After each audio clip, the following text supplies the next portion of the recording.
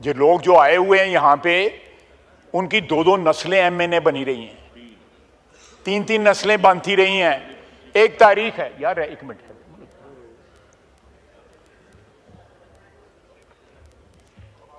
जनाब यहाँ पे क्या क्या नहीं हुआ।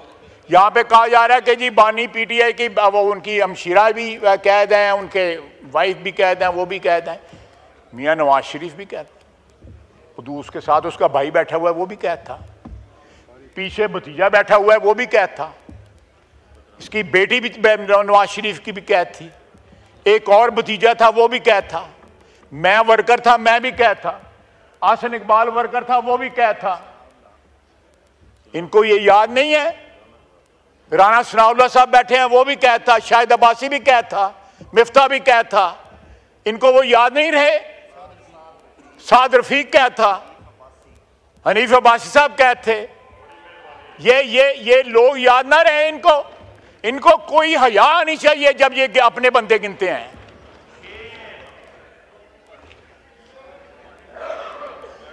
जनाब स्पीकर, इतनी डटाई के साथ, इतनी शेमलेसनेस के साथ जो है ये बातें करते हैं, को बंदे को थोड़ी सी हिचकिचाहट होती है, तो थोड़ा सा अगर जमीर जिंदा हो तो थोड़ा सा पिंच करता है वो। जिस तरह बड़के मारता था, मैं AC उतार दूंगा, मैं ये कर दूंगा, वो ये अल्लाह ताला से माफी मांगनी चाहिए, मुकाफत अमल है। आज उसका मेन्यू मैंने अखबार में देखा, वो मैरियट का मेन्यू नहीं है जो उसके अखबार में जो आया हुआ, उसमें 2-3 चीजें हैं जिन्हों का मैनू पता ही नहीं होया होंदियां की ने, चिया सीड्स की होंदियां ने जड़ी। और मैं असी ते पूड़ी हलवे खाने वाली कौम है गए।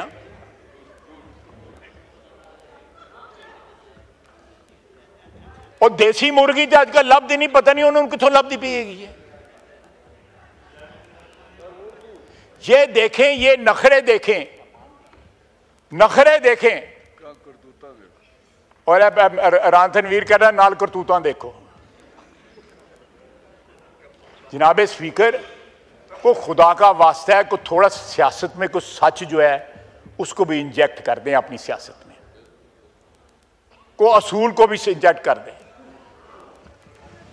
असद कैद साहब ना बोलो एवं, फिर मैं किसी होर पासे टुर पावांगा। मैं तुहाडे घर बैठ के ISI दे नाल असीं मीटिंगां करते रहेगी।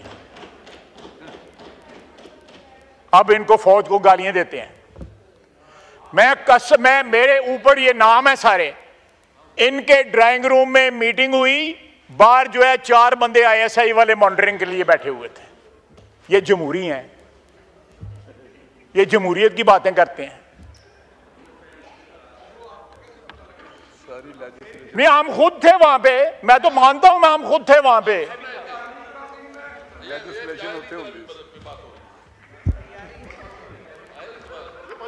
कह रहे हैं आइन के बाद। देखें, आइन के लिए अगर फौज की जरूरत है, आइन के लिए हमें इकट्ठे बिठाने के लिए फौज की जरूरत है, तो हम तो कह रहे हैं कि फौज को ना इस्तेमाल करो इकट्ठे बैठने के लिए, खुद ही इकट्ठे बैठ जाओ, खुद ही इकट्ठे बैठ जाओ। अली अहमद मुस्कुरा रहा है, बात उसको पसंद आई है।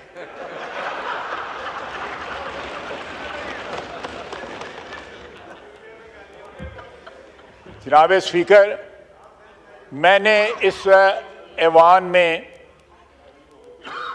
हम सब ने, बहुत से दोस्तों ने, बुजुर्गों ने बड़ी बड़ी मुद्दत गुजारी है, लेकिन इतनी शेमलेसली अपनी तारीख भूलते हुए मैंने किसी पार्टी को नहीं देखा। 2 साल हुए हैं, सिर्फ 2 साल हुए हैं। इंशाल्लाह ये वोट, आज वोट को इज्जत दे रहे हैं इसके साथ, ये वोट को इज्जत है। अली अहमद, ये वोट को इज्जत है। वोट को इज्जत जज नहीं देते, वोट को इज्जत ये पार्लियामेंट देती है। ये वोट को इज्जत है।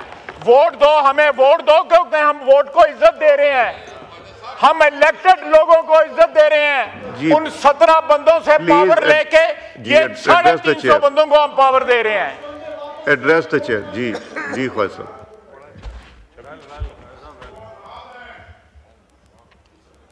हमारा आज हमारी ये तरमीम जो है हमारे मिशन की तकमील की सबसे बड़ी निशानी है।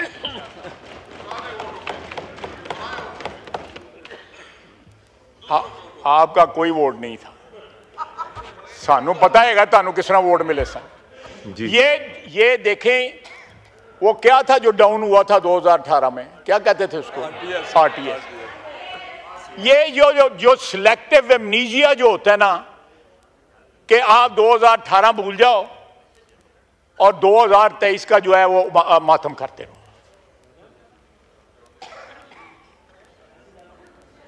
अगर आपने कोई बात करनी है, देखें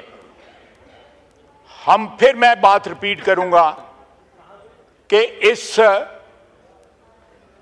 आज जो ईवान में पास होने जा रही है इंशाअल्लाह ताला अल्लाह के फजल से तरमीम जो है वो 17 लोगों से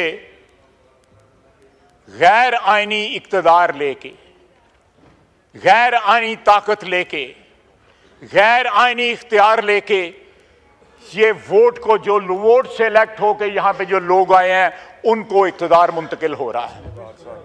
24 करोड़ आवाम को आज ये तरमीम जो है ये ऐवान जो को मुंतकिल कर रही है इक्तदार। इससे बड़ी वोट को इज्जत दो क्या है, क्या इससे बड़ी क्या शहादत है। हम ममनून हैं जिन तमाम दोस्तों ने मुतहद होके, आप देखें ये वाहिद पार्टी रह गई है, बड़े फेरे इन्होंने सुटे ने खब्बे से जेड़े वाहिद रह गए हैं। किन्नी खड़ी है किसी तानू ही बताएगा।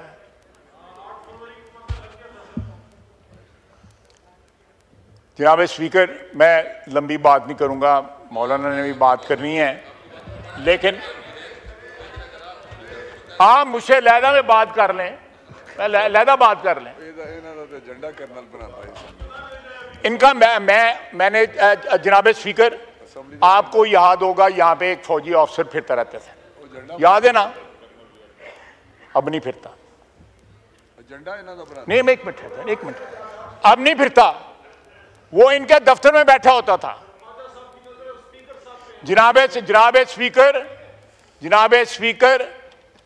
यहां पे ये कुछ है, एक कर्नल साहब ने इस वक्त बेंच के ऊपर, सुप्रीम कोर्ट के बेंच में वो जज बैठे हुए हैं जिनको कहा था कि मुझे डिस्क्वालीफाई करो, मैं डिस्क्वालीफाई हुआ था। मियां नवाज शरीफ किस तरह डिस्क्वालीफाई हुए थे सारी दुनिया जानती है। उसने एक सेकंड नहीं लाया, एजाजुल हसन ने जो मॉनिटरिंग जज था चुप करके घाट टुर गया। चीफ जस्टिस बनने वाला था, थोड़े दिनों के बाद घर चला गया। क्या बात थी, क्यों घर चला गया? अगर कोई पसली थी, कोई रीढ़ की हड्डी थी, खड़ा रहता। अगर दामन साफ था तो खड़ा रहता, दामन साफ नहीं था। मैं केस भी बता सकता हूं जिनमें उनका दामन साफ नहीं रहा हुआ।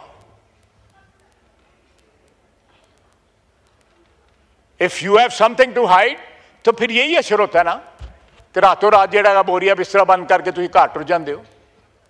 वो मुज़ाहिर अली नकवी जो है ट्रकों वाला, वो क्यों घर चला गया? और ये 8 आदमी जो है आज ये इन्होंने पिछले 6 महीने, 7 महीने, 8 महीने जो है जिस तरह गुजारे हैं, the way they ganged up against this house जो 24 करोड़ आवाम की ख्वाहिशों का मजहर है।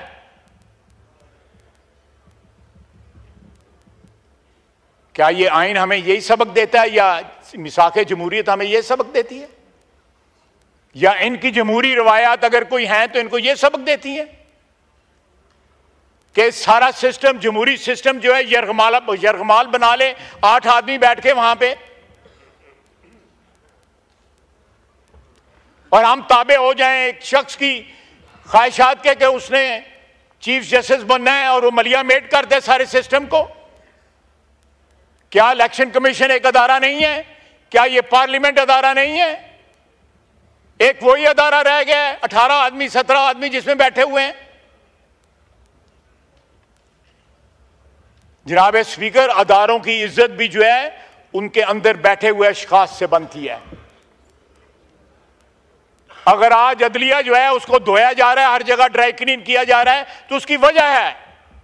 इंट्रोस्पेक्शन करें अपनी कि क्यों सवालिया निशान हो। डैम बनाना क्या काम था भाई उसका?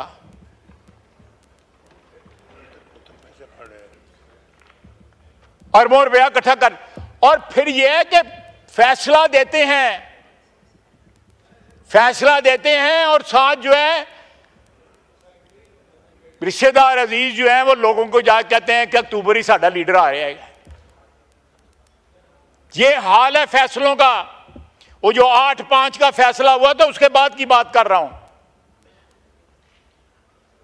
कि फैसला हमने दे दिया है अक्टूबर में जो है। यार मैंने कहा था कि ये इस मुल्क में जो है को कॉन्स्टिट्यूशनल खुदा न खास्ता को कॉन्स्टिट्यूशनल मेल्टडाउन ना हो जाए।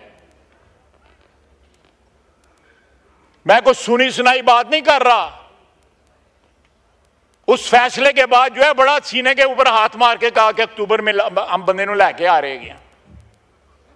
इंशाअल्लाह अक्टूबर में भी यही हुकूमत होगी, यही ऐवान होगा अल्लाह के फजल से। जनाब स्पीकर, ये इस ऐवान को एम्पावर करना है। यहां पे जो 350 या 346 बंदे बैठे हुए हैं उन्होंने एम्पावर करना है। हमने मिलकर एम्पावर करना है। इसकी इज्जत को बहाल करना है।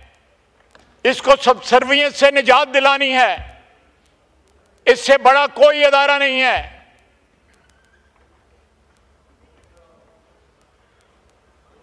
हम कौन सा, अगर फौज का 5 बंदों का पैनल आता है और सिविलियन जो है उसमें से बंदा चुनते हैं, तो अगर उनका 3 बंदों का पैनल आ जाएगा तो 8 बंदे या 9 बंदे मिलकर चुन लेंगे तो क्या क़यामत आ जाएगी?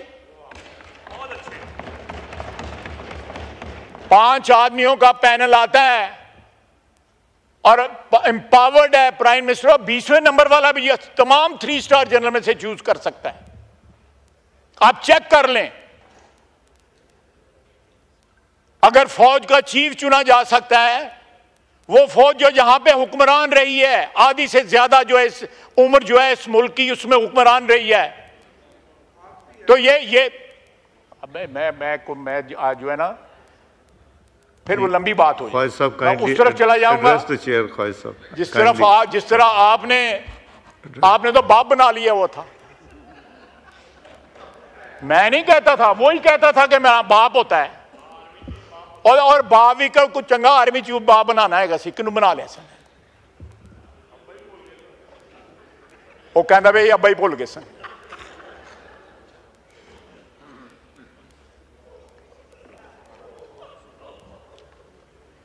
मैं फिर रिपीट करूंगा कि हम जो है इस ऐवान को एम्पावर कर रहे हैं कि ये ऐवान जो है जुडिशियल कमीशन जो है, हम उसमें, मैं उसका मेंबर रहा हूं 2-3 दफा। मैं इस वक्त भी मेंबर हूं उस कमेटी का।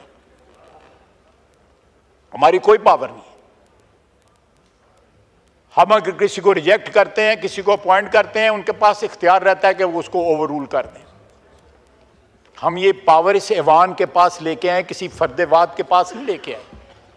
हम कहते हैं कि इतने नंबर बंदे जो है उस कमीशन में डालें जो मेजॉरिटी जो है इस ऐवान को दें। 4-4 महीने जो है कंफर्मेशन प्रोसीडिंग्स चलती हैं सेनेट में, सुप्रीम कोर्ट के जजेस की यूनाइटेड स्टेट्स में।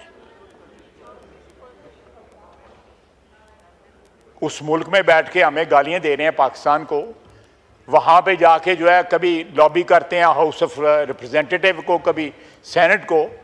उसकी तो ये ट्रेडिशन है।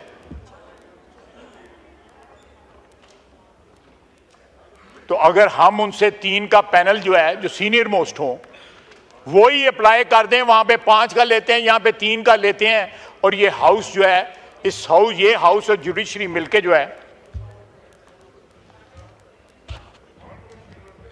अपॉइंट कर दे, तो मैं जनाब आखिर में यही कहूंगा कि ये आज जो तरमीम जो हम कंक्लूड करने पास करने जा रहे हैं, वो एम्पावर करती है पार्लियामेंट को, 24 करोड़ अवाम के नुमाइंदों को एम्पावर करती है, वोट को इज्जत देती है। वमा अलैना इल्लल बलाग।